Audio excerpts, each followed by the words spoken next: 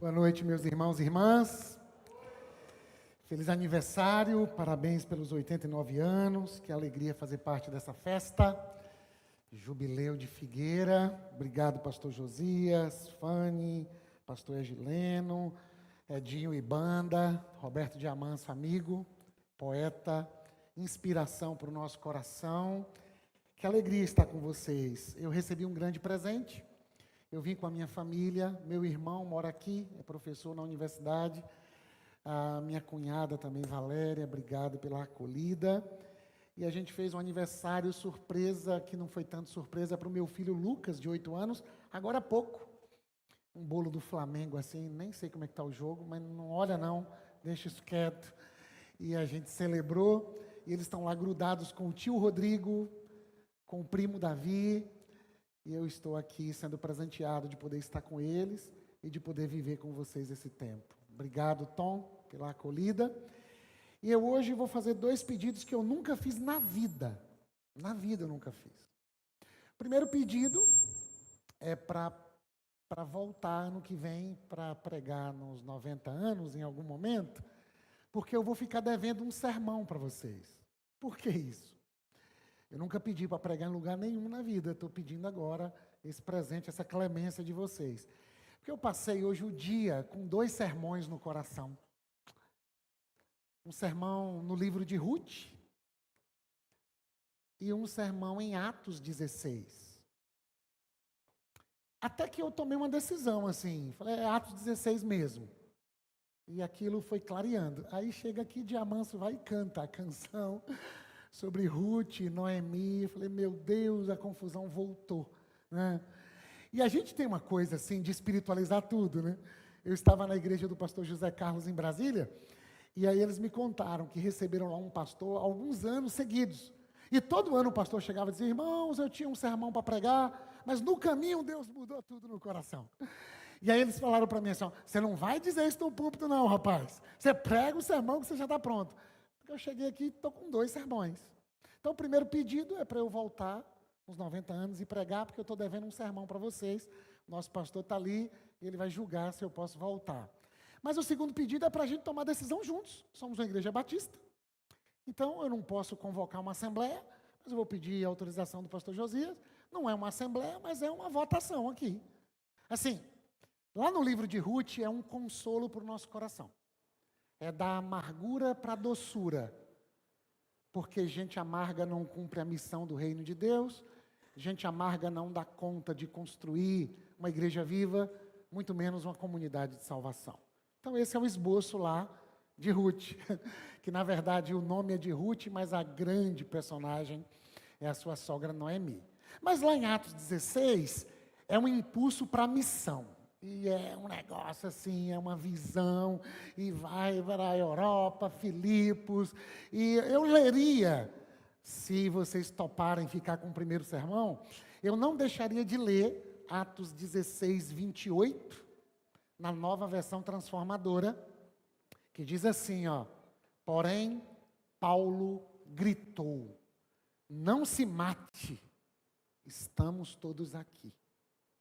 Setembro Amarelo, imagina uma campanha nos 90 anos da Igreja Batista do Jiquezinho, outdoor, tudo amarelo pela cidade, aquele laço do Setembro Amarelo e uma florzinha de girassol, e o texto, não se mate, estamos todos aqui.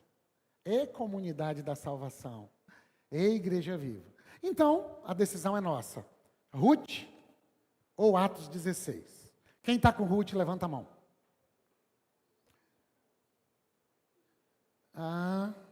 Deu para contar aqui mais ou menos. Atos 16. Um empate técnico. Fazer urim tumim, jogar um negócio aqui para cima e ver o que dá. Né? Diamanso, Ruth ou Atos 16?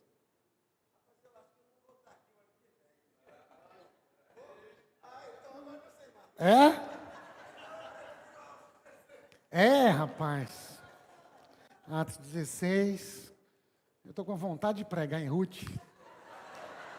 Era Atos 16 mesmo, mas você cantou, eu vou desobedecer você, vou obedecer sua poesia. Ruth, capítulo de número 1. Já citei Atos 16, é tudo parecido, porque um homem ferido, machucado em praça pública, junto com o seu amigo Silas, é uma longa história, Atos 16. Esse homem é um instrumento de salvação para um carcereiro que está a ponto de se matar. E uma das coisas mais lindas nesse texto é que o carcereiro, potencial suicida, não se mata, ouve o evangelho, recebe salvação, começa a fazer parte da igreja viva, leva Paulo e Silas para casa, e um recém-convertido, potencial suicida, na sua casa, cuida das feridas de Paulo e de Silas. Nós temos uma tendência a dizer assim: ah, Simvaldo, eu pequei porque eu sou humano. Não, nosso problema não é ser humano, nosso problema é ser desumano. Ser humano é a coisa mais linda que pode existir na face de alguém criado à imagem e semelhança de Deus. Até porque Deus se fez gente para fazer da gente, gente como gente deve ser.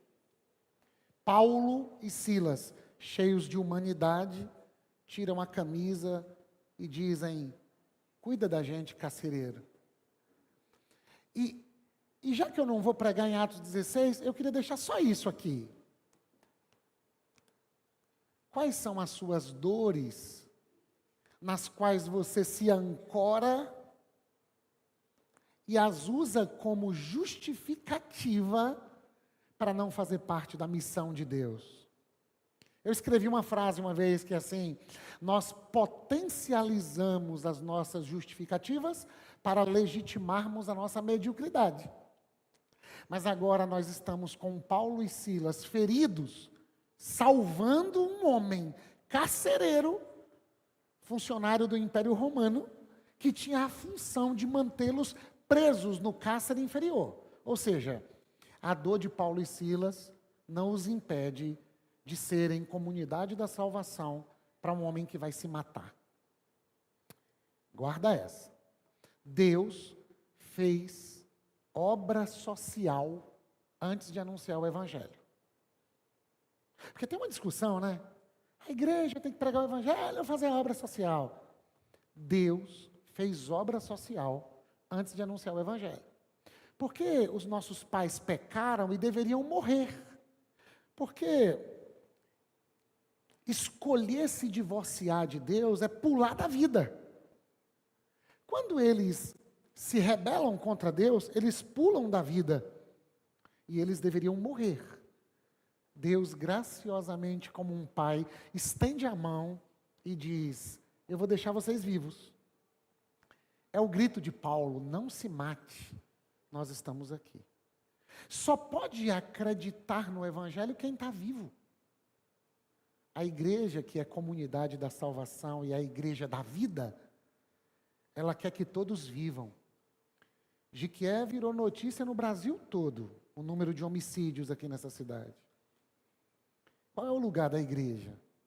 Sustentar a vida até que gente viva acolha o evangelho. Mas aí quando se fala da violência de Jequié, sabe o que dizem? Ah, não, mas está morrendo só o pessoal na periferia, o pessoal do tráfico. Ah, isso é um consolo?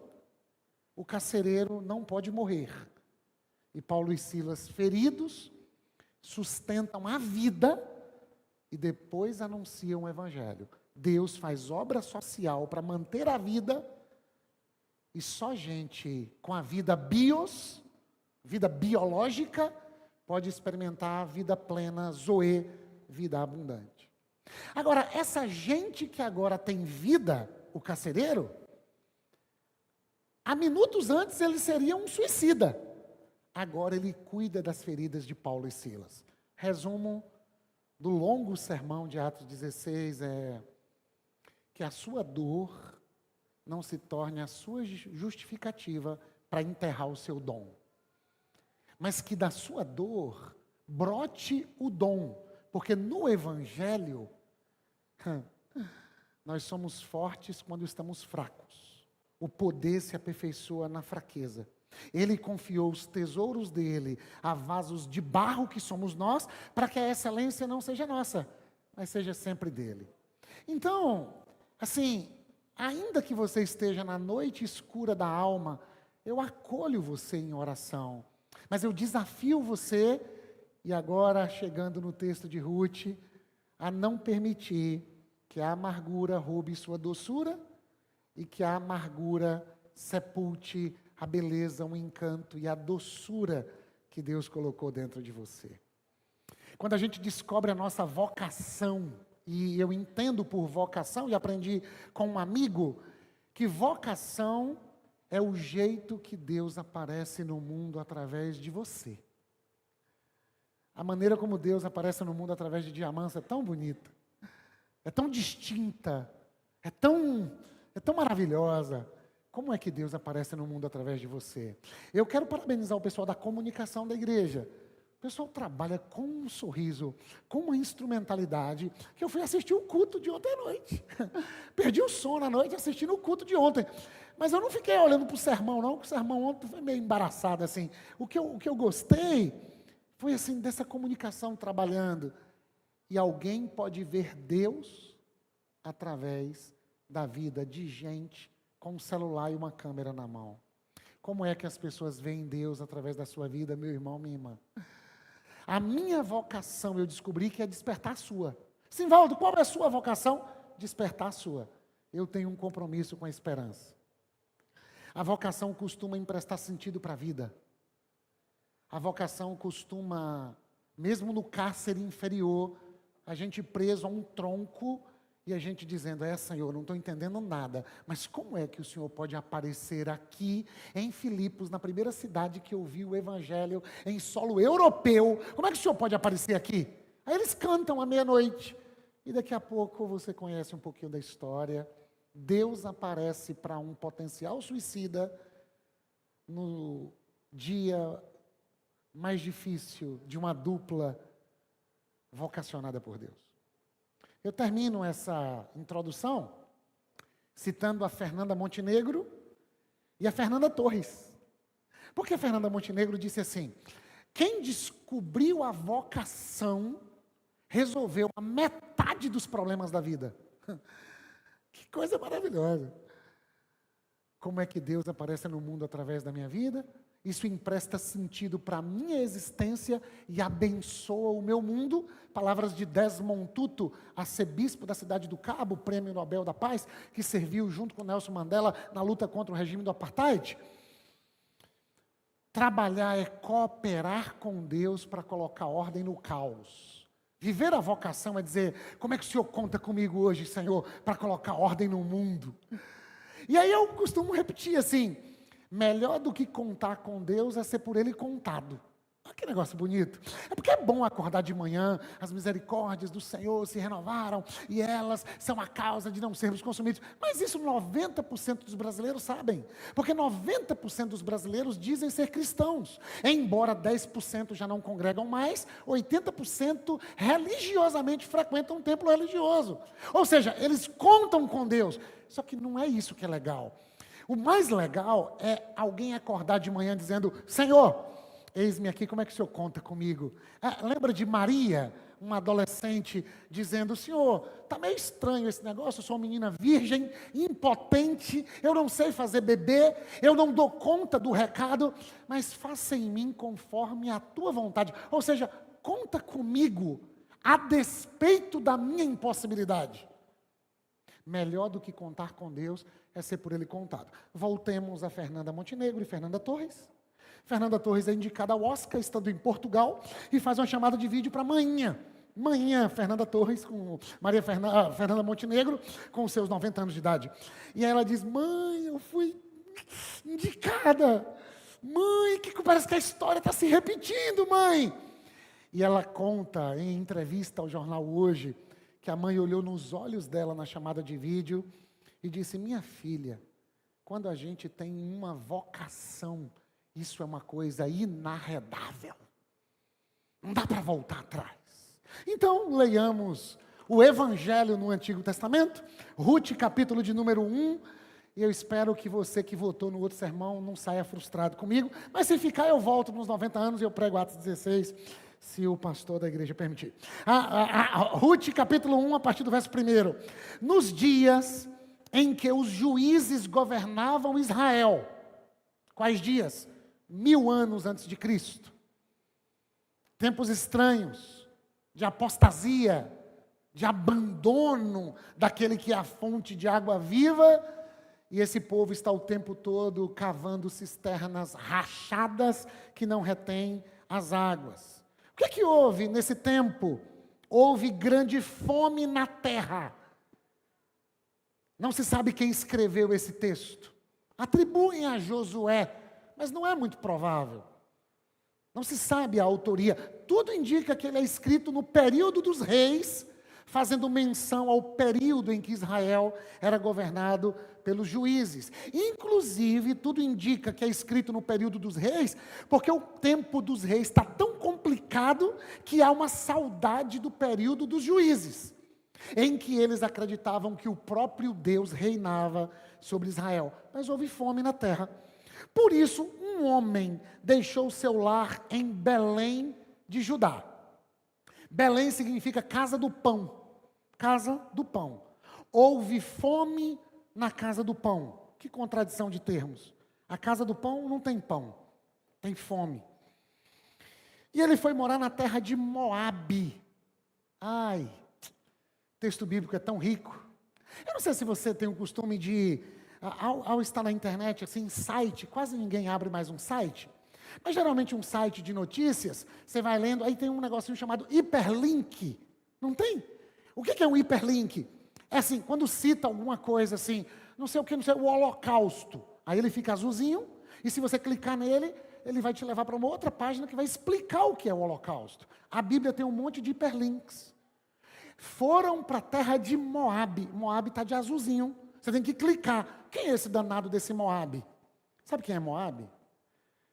Moabe significa um só pai de uma família. Não entendi, Simvaldo. Pois é. Moabe é a descendência de duas meninas que embebedam o pai e têm relações sexuais com o pai e dão descendência do próprio pai. O pai é pai dos meninos e avô dos meninos.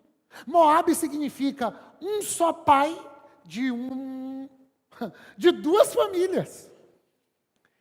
Esse povo se torna um povo inimigo do povo de Israel, e o conselho de Deus é: não desçam até Moabe, que se tornou uma terra, embora primeiro era esse homem descendente dessa relação incestuosa que aconteceu no mundo antigo.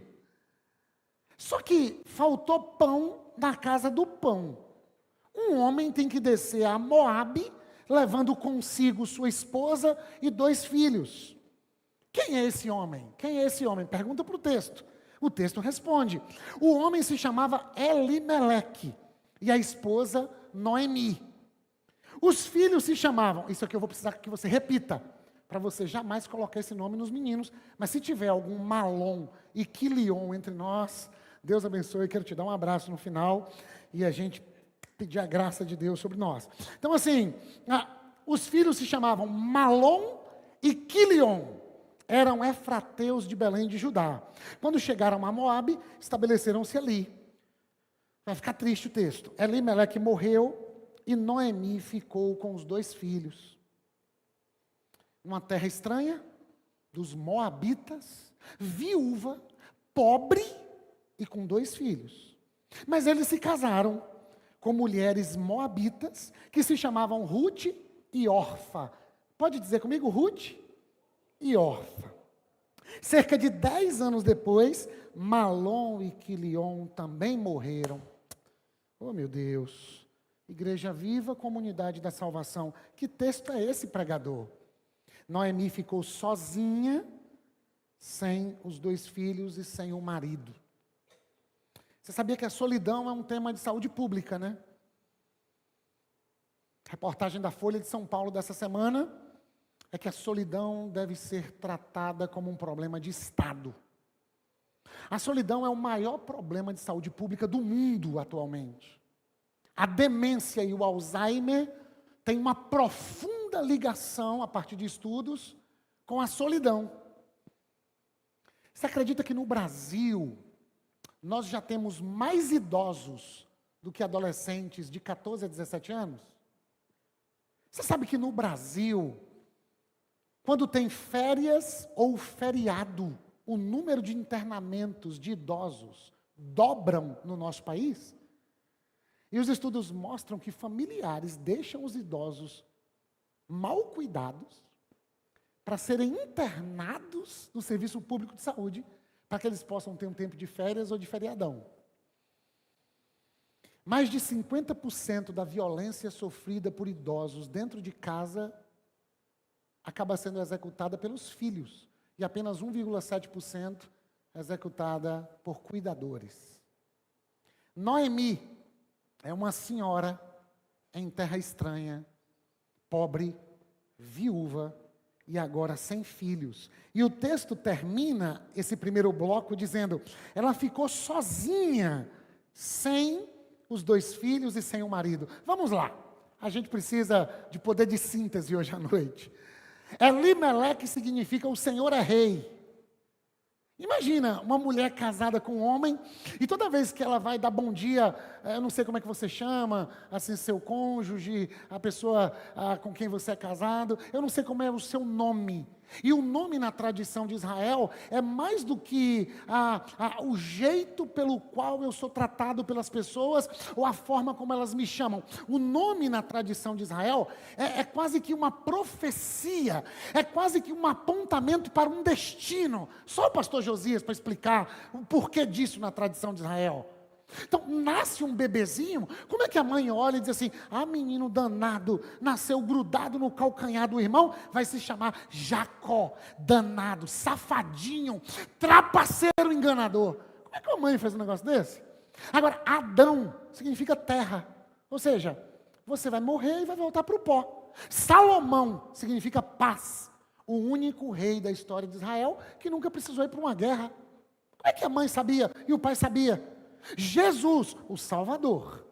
Jabez, aquele que gera dores. Então o nome na tradição de Israel tem toda essa simbologia. Inclusive o pastor Zé Carlos falou para mim assim: Valdo, tudo indica que esse texto, sendo escrito muitos anos depois, esses nomes significam uma forma poética do autor contar o que estava acontecendo nesse período e contar como Deus agia entre as pessoas. É só uma possibilidade. Elimeleque, o Senhor é rei. Quem está escrevendo? Não se sabe. Em que período? No período dos reis. É como se ele estivesse dizendo, como uma profecia para o povo: bom era quando Deus reinava sobre nós, mas agora nós temos reis. Eita, aí dá vontade de falar um monte de coisa do Brasil, né? Aí nós temos reis segundo o coração de alguns, segundo o coração de outros. Mas o autor está dizendo: bom mesmo é quando Deus reinava sobre nós. No entanto, Elimeleque, que significa o Senhor é rei, e que é casado com Noemi, doce, agradável, gentil, generosa. Noemi é aquela que é batizada de poesia. Você conhece alguém que é assim? Alguém que você se aproxima e você se sente à vontade? Alguém que tem um sorriso, tem um abraço? Alguém que tem sempre um brilho nos olhos, um acolhimento, e você diz: meu Deus do céu, essa pessoa parece o colo de Deus, essa pessoa parece o colo de mãe, essa pessoa parece um pedaço do céu entre nós. É Noemi. No nome da... Agora, que casal é esse passeando no shopping, na rua, e passeando, e o pessoal diz assim: dona Noemi, seu Elimeleque. Em outras palavras, o Senhor é rei. E se o Senhor é rei, a vida é doce. Se o Senhor é rei, a vida é cheia de poesia. Se o Senhor é rei, não há amargura. Por quê? Porque amar cura. Troca o G pelo C, a amargura vira amarcura. Agora, um casal com um nome desse, com uma vida bonita dessa, o Senhor é rei, a gente é gentil. O Senhor é rei, a gente ama. O Senhor é rei, nós somos generosos. O Senhor é rei, nós vivemos na graça. Que poesia linda. Mas na hora de ter filhos, escolher o nome dos filhos, pelo amor de Deus. Malom e Quilion, significado: franzino e debilitado. Deve ter nascido pequenininho os menininhos. Não tem umas mães que dizem assim: tá vendo esse meu filhão, 1,96 m, o bichão deve estar com 138 quilos, mas nasceu desse tamanhozinho. Eu guardei dentro de uma caixinha de fósforo que eu tinha em casa. Calma, irmã, que exagero é esse? Porque mãe, Fanny, acha que filho nunca cresce. A senhora tinha 118 anos, estava no velório do filho de 98. E ficou a noite toda no velório do filho, sem dar uma palavra. Até que ela disse: deixa eu ir lá, deixa eu ir lá. Aí encostou-se num caixão, falou: esse meu menino, desde que nasceu, eu sabia que não ia vingar. O quê? 98 anos! É porque para mãe, filho, é sempre a criança. Minha mãe assistiu o culto pela internet e disse: não tomou água hoje no culto, hein? Eu estava assistindo: tem que tomar água, meu filho. Mãe, eu tenho 41 anos, mãe. Mas para mãe, o filho é sempre uma criança. Então, eu acho que Noemi e Elimeleque, tão generosos, viram os menininhos em piquitititinho que nasceram e disseram: oh, meu Deus do céu, meu franzino e meu debilitado. Agora, eles estão em Moabe, não estão mais em Judá. Eles são estrangeiros, e eu acho que você lembra que Deus tem o quarteto da vulnerabilidade social no Antigo Testamento: os pobres, as viúvas, os estrangeiros e os órfãos. O quarteto da vulnerabilidade social. Porque, na verdade, todos são pobres. O órfão não tem mais o seu pai. O estrangeiro não tem sua terra. E a viúva já não tem o seu cônjuge, que era o símbolo de suprimento. Todos são pobres. E Deus diz que não haja pobres em Israel. Ou seja, a pobreza e a miséria jamais fazem parte do plano de Deus. Isso não tem a ver com ideologia política. Isso tem a ver com o Deus que está plantando uma igreja viva e uma comunidade da salvação. E é desde o Deuteronômio que não haja pobre entre vocês. Só que agora um pessoal que não tem provisão na sua terra, migra para uma terra inimiga. E estando na terra inimiga para fugir da fome, convive agora com o caos, com o inimaginável, com a contingência da vida, com aquilo que ninguém explica. Morre o marido, o Senhor é rei e morreu. E nós temos um grande problema, porque toda vez que lidamos com o sofrimento, nós nos deparamos com a teodiceia. O que é teodiceia? Teodiceia é uma disciplina filosófica e teológica que tenta, de algum modo, justificar Deus diante do sofrimento humano. Porque quando o sofrimento bate à nossa porta, nós colocamos Deus em xeque. Onde Deus estava quando eu vivi o que eu vivi? Se Deus é amoroso e poderoso, por que não interviu naquele dia em que eu fui fazer meu exame de mama e eu descobri um câncer? Quando eu estava brincando no bairro Agarradinho, há 34 anos atrás, e eu escuto a vizinha da minha tia Tereza passando chorando, e na minha negação infantil, porque eu carrego o nome do meu pai, Simvaldo, eu escutei ela dizendo: o pai da sua mãe morreu. Mas não era o pai da minha mãe.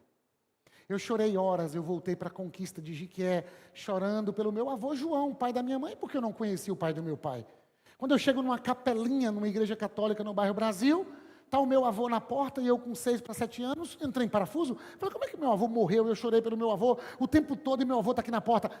Não era meu avô, era o meu pai, com 36 anos, em casa, porque não quis vir para Jiquié naquelas férias. Tomando um copo d'água, ele infarta e morre. Onde está Deus? Quando um menino de 7, meu mano de 9 e minha irmã de 11 já não tem um pai.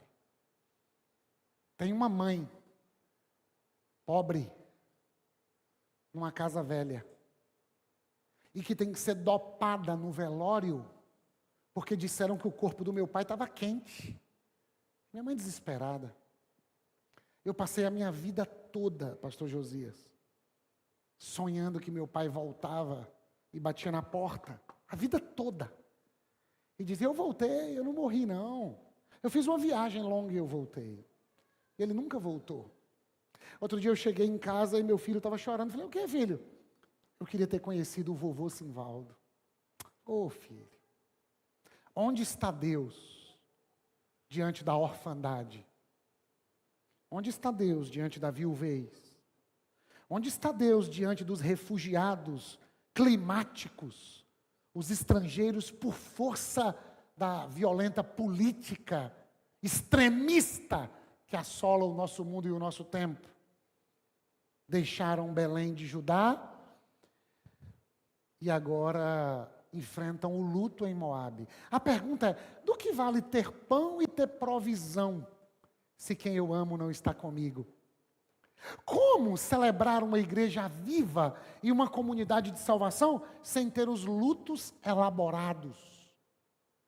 Participar de uma agenda, mas conviver com lutos que ainda não foram elaborados. E a grande pergunta do luto é, por quê? Por quê? Por quê? É teodiceia. Onde está Deus? Quando a gente sofre.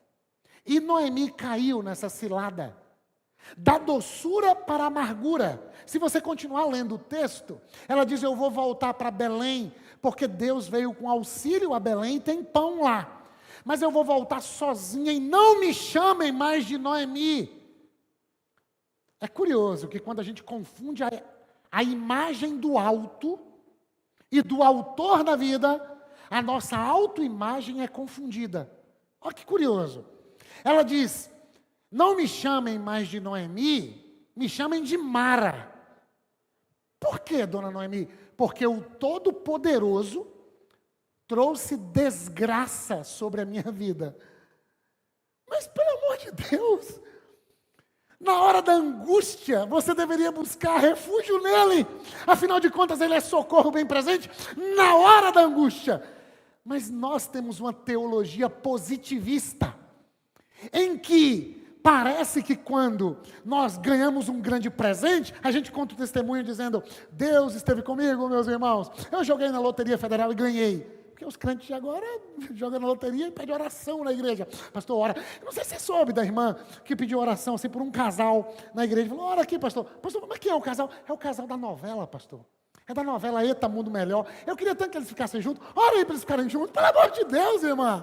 Ou seja, um Deus que funciona a partir da minha oração, porque a oração move o braço de Deus. Muita oração, muito poder. Orar de madrugada, Deus ouve, porque a fila é menor. Então nós queremos um Deus que funcione para fazer com que os nossos desejos se realizem. E quando se realizam, aí a gente conta um testemunho.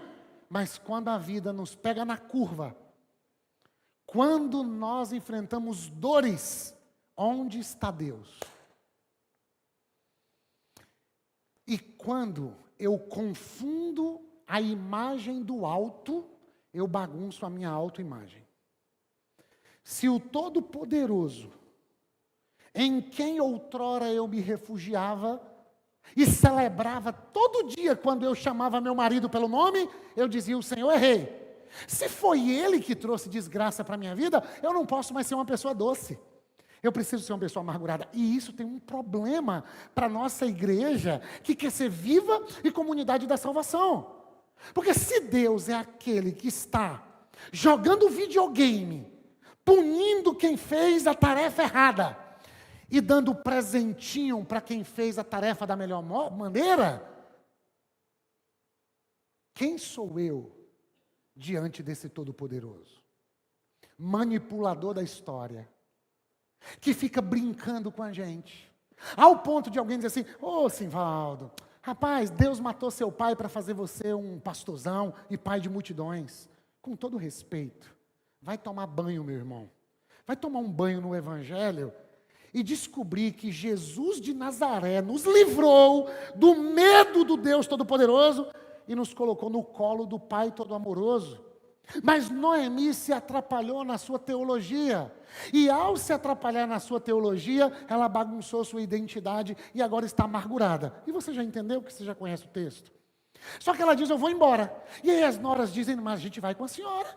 E as noras choram, e o capítulo 1 é uma abraçação, uma choração. A gente vai com a senhora, e Noemi diz, não, eu não vou conseguir cumprir a lei do levirato. O que é isso, dona Noemi? Eu não dou conta de casar com um homem, ter um filho, esperar o menino crescer, e vocês o esperarem para ele se casar com uma de vocês e dar descendência para os meus meninos Malom e Quilion. Eu vou embora. E a amargura cumpre a nossa tarefa missiológica.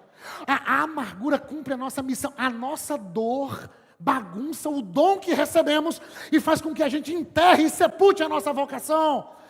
Porque Noemi olha para elas e diz assim, voltem para a terra de vocês, voltem para os deuses de vocês, viva do jeito que vocês quiserem, eu não tenho mais responsabilidade sobre apresentar o Pai todo amoroso para vocês. Por que, Noemi?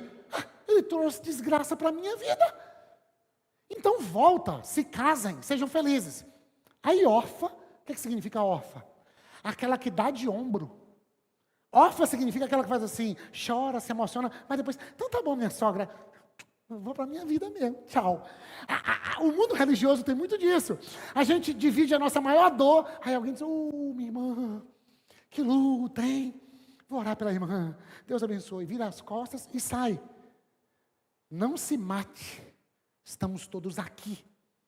As celas estão abertas, mas a gente não vai embora. Tem um corinho que é sempre do pessoal mineiro, e eu nunca sei se é do pessoal da Lagoinha, porque houve uma lagoinização dos nossos corinhos, mas assim tem um corinho que diz, vamos fugir para outro lugar, baby. Não sei, é do mineiro, eu não sei de quem é. Eles não cantaram esse corinho, vamos fugir e deixar o homem se matar, como órfã. Eles disseram, não se mate, estamos todos aqui, mas órfã não. Órfã não faz parte da igreja viva, órfã não faz parte de uma comunidade de salvação. Órfã tem lágrima de crocodilo. Ela chora, ela se emociona e ela vai embora. E ela não está do lado de quem chora.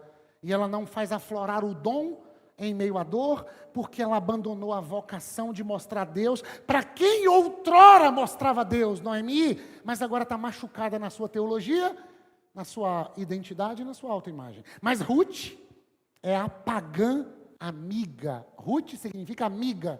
Ruth é uma simbologia do Espírito Santo, que nos consola nos nossos momentos de adversidade, que intercede por nós com gemidos inexprimíveis, quando a gente não sabe orar. Porque nós não sabemos orar como convém, Romanos 8:26. Nós olhamos para o Pai, e em vez de encontrarmos descanso no seu colo, nós estamos perguntando, por que isso aconteceu? O Senhor está trazendo desgraça para mim?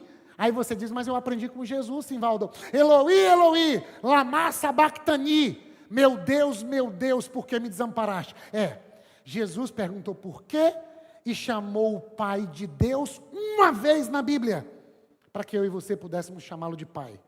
E ele pergunta por que no meio da maior aflição de estar carregando todo o pecado da criação nos seus ombros, mas a sua última expressão não é porque me desamparaste. A sua última expressão é, Pai, em tuas mãos eu entrego o meu espírito. Então receba essa. Para Deus a gente pergunta por quê. Para o Pai a gente entrega o espírito. Eu não sei se você vai preferir se relacionar apenas com Deus Todo-Poderoso, ou se você vai descobri-lo como um Pai todo amoroso. E é Ruth quem ajuda Noemi a descobrir. Uma igreja viva, comunidade de salvação, saltou a compreensão apenas de um Deus Todo-Poderoso. E agora tem vida e desfruta de um ambiente terapêutico, porque Jesus nos revelou o Pai todo amoroso. Na face de quem? De Ruth. E aí Ruth diz, onde pousares, pousarei eu. Onde tu fores, eu irei. O teu povo será o meu povo. E o teu Deus será o meu Deus. A sensação que eu tenho é que Ruth está dizendo, você me mostrou um Deus tão bonito. Eu fui cativada por Ele e pelo seu amor. Mas a vida pregou uma peça para a senhora, mas pregou para mim também. É verdade que para a senhora foi mais duro. A senhora perdeu o marido e perdeu os 2 filhos. Mas eu também perdi meu marido. No entanto, eu encontrei refúgio debaixo das asas do Deus de Israel, e eu quero servi-lo. No seu momento de Noemi, doçura, você me ajudou na minha amargura. Mas agora, na sua amargura, você perdeu a doçura. Mas eu não. E eu vou contigo. Aí, a gente pega esse texto e coloca em convite de casamento. E os noivos colocam. Assim, eu acho bonito usar esse verso. Mas é um verso sobre sogra e nora. Porque homem faz piada com sogra, tá? Um monte de piadinha com sogra. Mas eu nunca vi um problema real entre sogra e genro. Eu nunca vi na vida. Pelo contrário, a história que a gente convive diz que quem casa um filho, perde o filho. Mas quem casa uma filha, ganha um filho. Por quê? Porque o cabra agora está lá grudado com o sogro e com a sogra. Não tem problema entre sogra e genro. Agora, entre nora e sogra, meu Deus do céu, o consultório que o diga de psicologia, o gabinete pastoral que o diga, a sogra vai visitar o filho que casou, aí diz assim, mas você está magro, viu?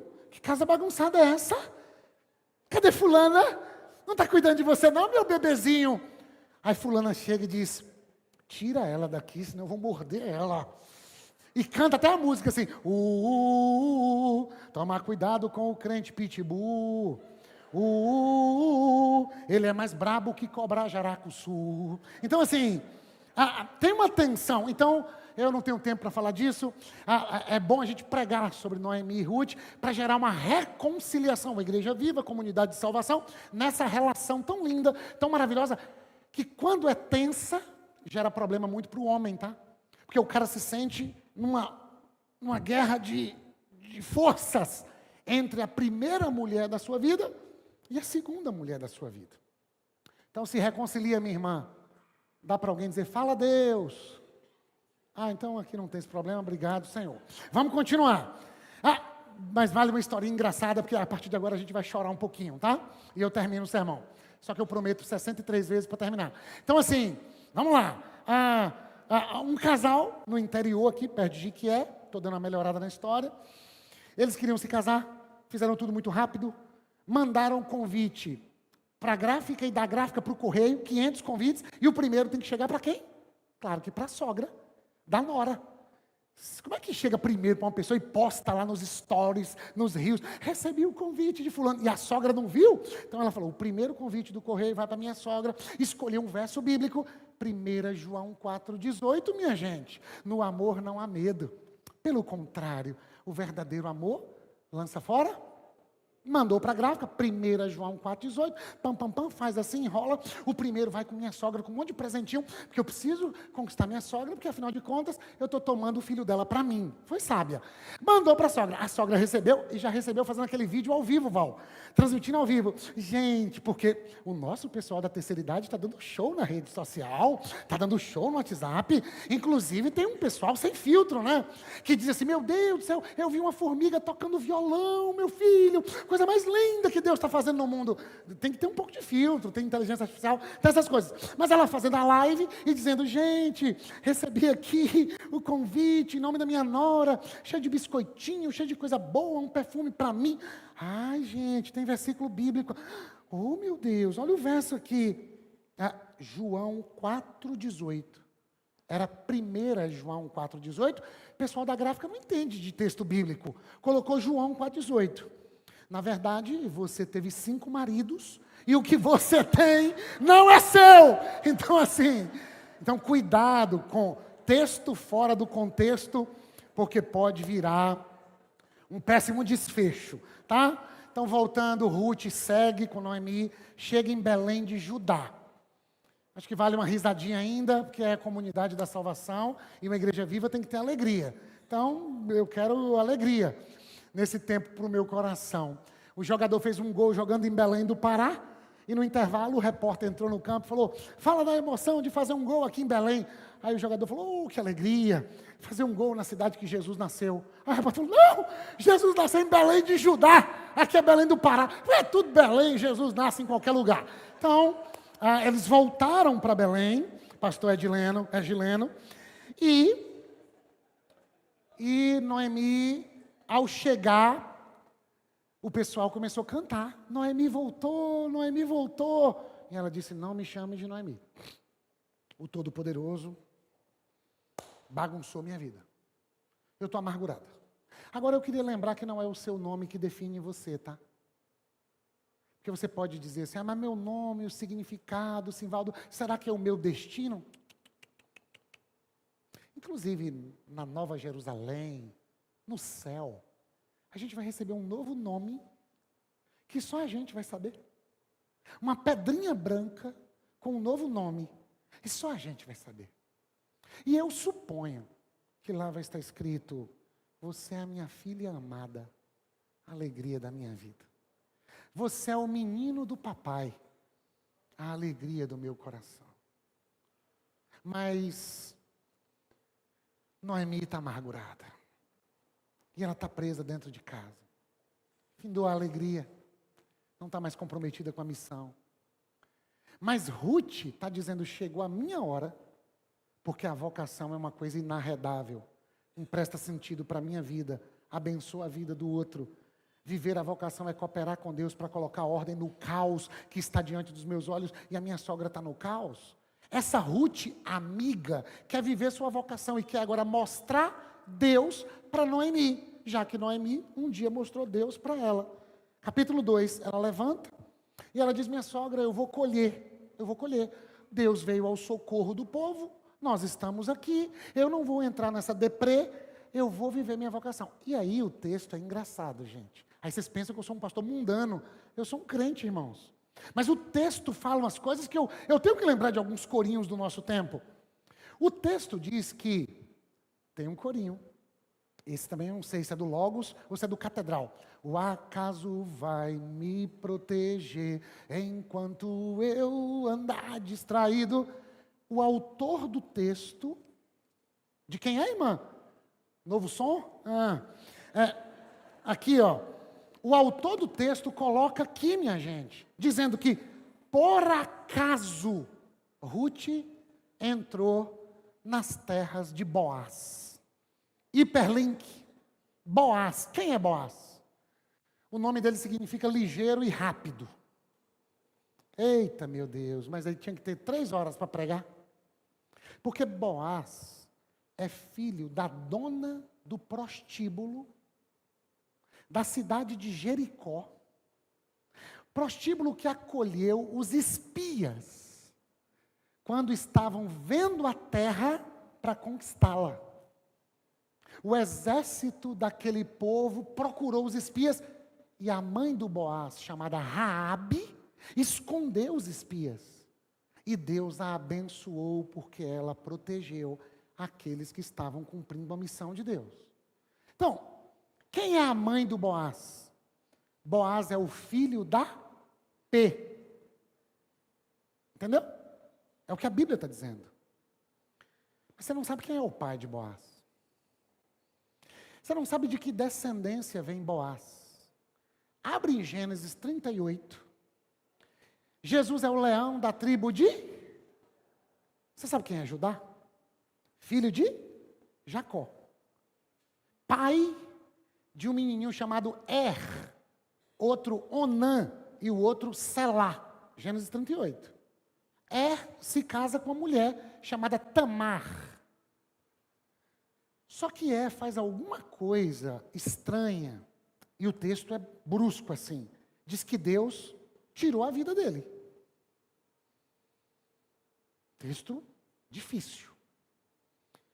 Aí a lei do levirato diz o quê? Pega o irmão mais novo, casa com a viúva, e ele vai dar descendência para quem? Para o irmão que morreu. Então, Judá pegou seu filho Onã e casou com Tamar. Só que Onã era um danado. Ele tinha relações sexuais com Tamar, mas ele praticava algo chamado coito interrompido. Deixa eu clarear para você. A cegonhazinha, meu filho, vem com a sementinha e botou na barriguinha de mamãe. E aí você nasceu. Sabe o que Onã fazia? Ele tinha todo o prazer sexual, mas ele não deixava a sementinha dentro dela. Ele jogava a semente no chão. Ele fazia dela um objeto para o seu prazer, mas ele não estava comprometido em se casar e nem gerar descendência para o seu irmão. O que aconteceu? Morreu. Morreu o primeiro, morreu o segundo. O pai falou, não vou casar meu filho caçula não. Porque se eu caso meu filho caçula com essa mulher é uma matadora de filho meu, não vou casar. Ele esconde o filho, manda ela voltar para a casa da sogra, da mãe dela, e diz, quando ele crescer eu te chamo, e ele nunca chamou. Só que Judá ficou viúvo. E Judá saiu do seu luto e foi dar uma caçada. E Tamar disse, ele vai passar por esse caminho. E eu preciso de uma descendência, porque eu sou uma viúva, pobre, enganada pelo meu sogro.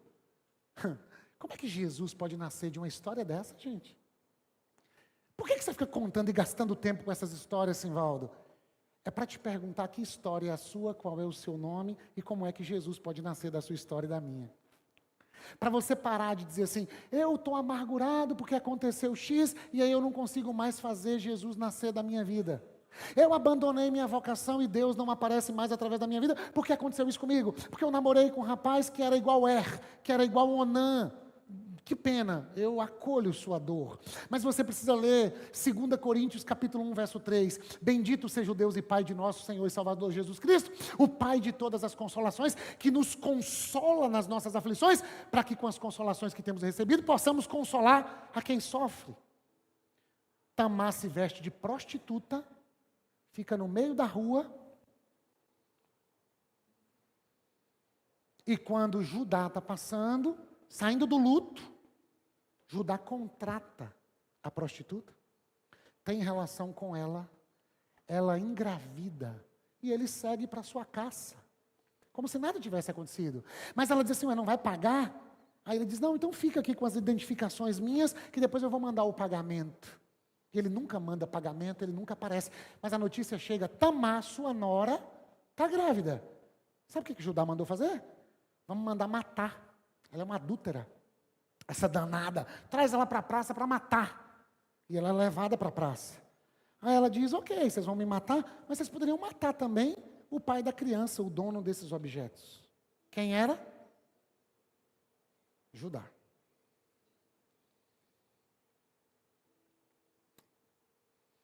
É dessa história que nascem gêmeos, que tem os nomes lá no Mateus capítulo 1. E o mais velho é Pérez, irmão de Zerá. E Pérez é de onde nasce Boaz. Pérez é o pai de Salmão.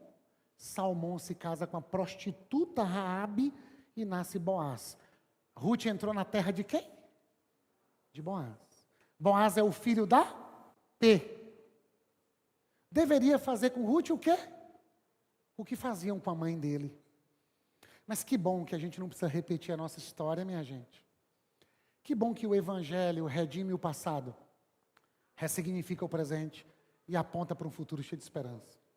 Que bom que eu não preciso ser um pai ausente, porque meu pai morreu cedo. Eu posso ser o pai mais presente do mundo.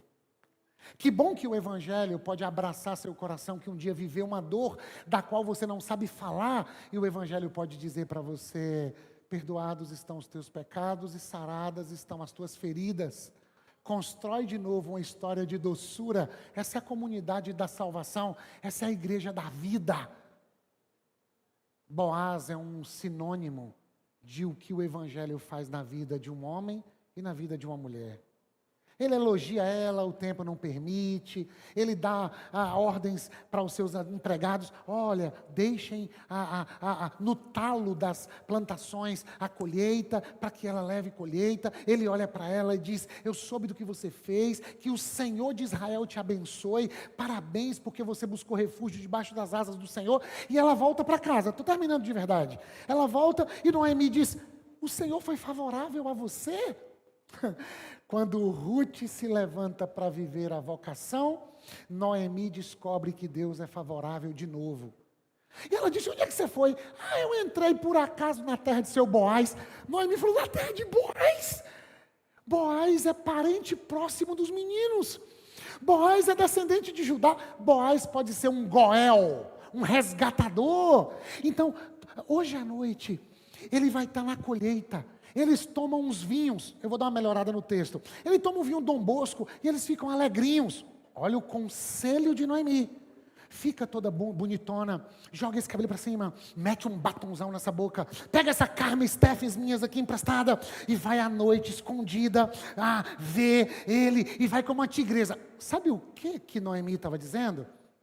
A história de Boaz tem a ver com uma mamãe prostituta e tem a ver com um tataravô danado que foi enganado por Tamar prostituta. Em outras palavras, Noemi está dizendo assim: Ruth, pega esse homem de jeito para ele te dar descendência e aí resolve a nossa vida. E Ruth vai.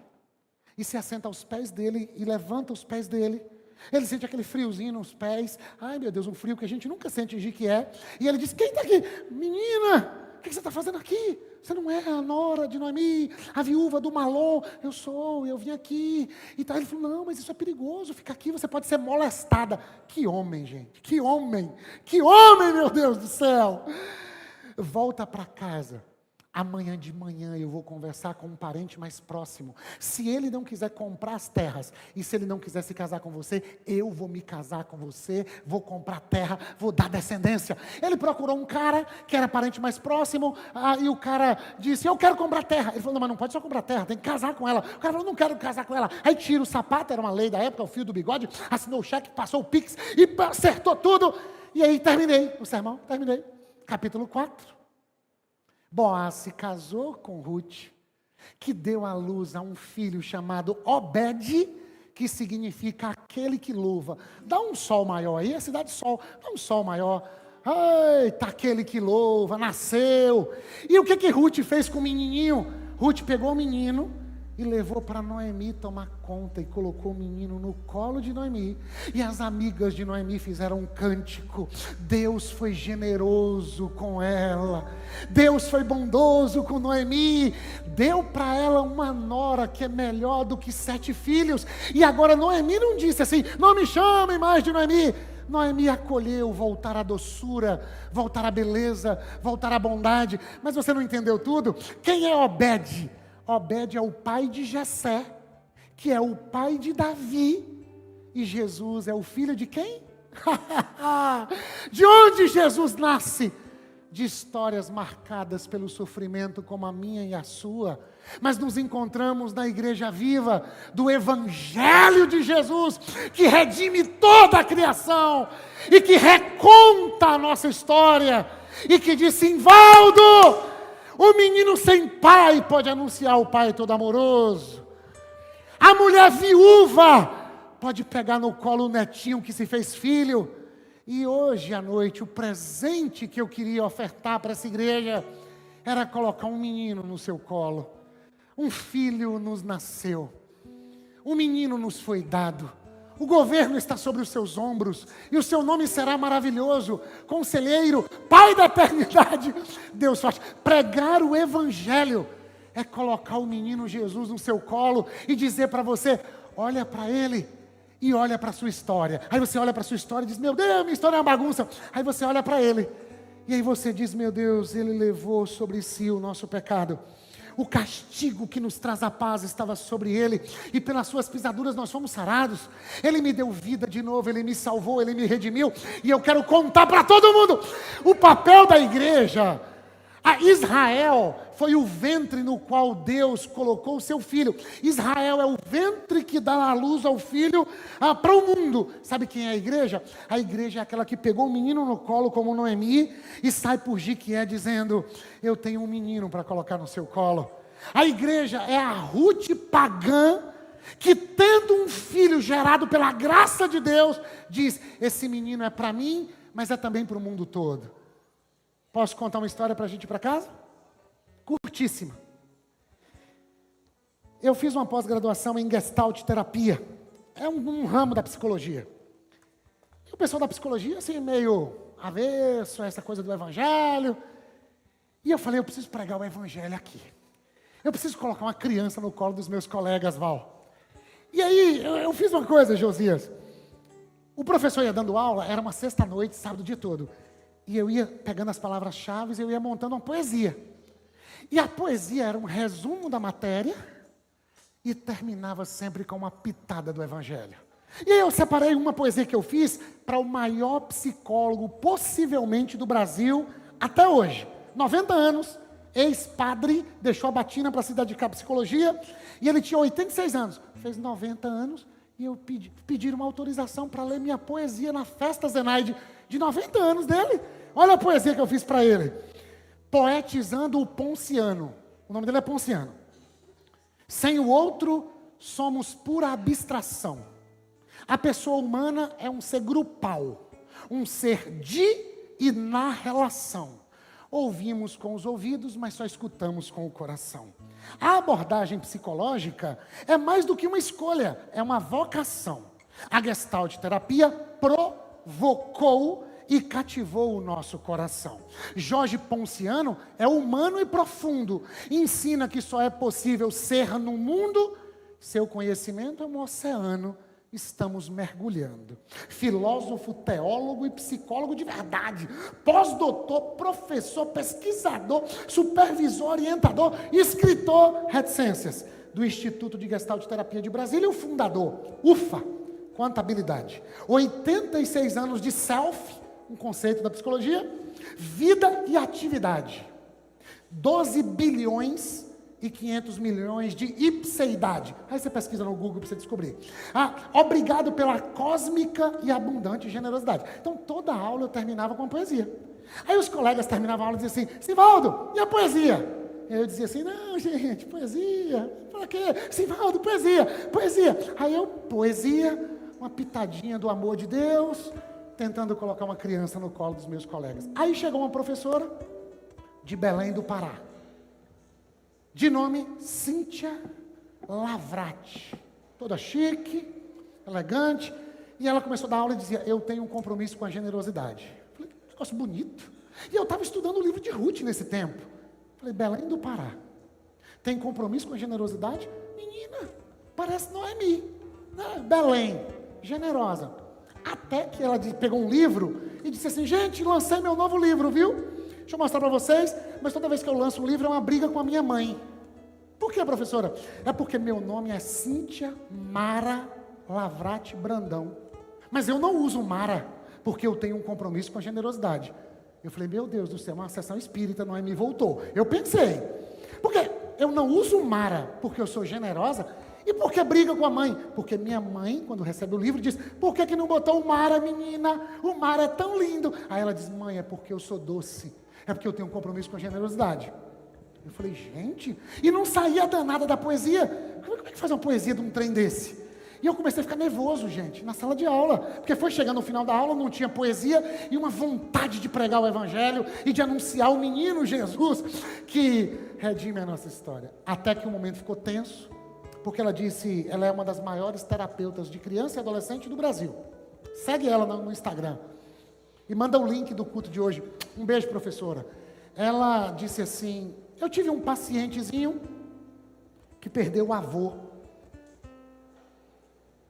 E ele chorava muito, e ele disse, a senhora não pode me ajudar, porque a senhora não conhece a minha dor. E ela disse, só por hoje, é uma linguagem da Gestalt terapia, eu posso me aproximar de você e da sua dor? E ele ficou assim com posição fetal no tapete do consultório, um menininho talvez de 7, 8, 9 anos, não me lembro bem, e ela se aproximou e disse, eu posso te ajudar, porque eu perdi um filho, eu perdi o meu filho Arthur, e até hoje dói muito, e a gente poderia unir a minha dor com a sua dor, e tentar experimentar um consolo. Aí eu falei, meu Deus, compromisso com a generosidade, não quer ser chamada de Mara, vem do Belém e perdeu um filho? Eu falei, eu não tenho como fazer poesia, eu tinha que contar a história de Noemi. Terminou a aula com todo mundo chorando com essa última história, porque ela disse que abraçou aquele menino, e ela dizia para ele, só por hoje, recebe meu abraço como o do vovô, e só por hoje eu recebo o seu abraço como o do meu Arthur. E a sala estava em prantos, cada um começou a contar das suas dores, e surgiu a pergunta, Sivaldo, e a poesia? Eu estava com o coração batendo na garganta, e eu disse, eu não tenho poesia, professora. Eu sempre faço uma poesia nas aulas, mas eu queria contar uma história bíblica. Eu poderia? Eu contei essa história rapidamente. E quando eu terminei de contar toda essa história e falei que Ruth colocou Obed no colinho de Noemi, ela disse assim: eu sou Noemi. Aí eu falei: Jesus, tem de misericórdia do teu povo. Eu sou Noemi. Como assim, professora? Ela falou: o tempo passou. Eu dei alta para o meu pacientezinho e nunca mais tive notícias. Mas um dia eu cheguei no meu consultório atrasada, tempos depois, e quem estava na antessala do meu consultório?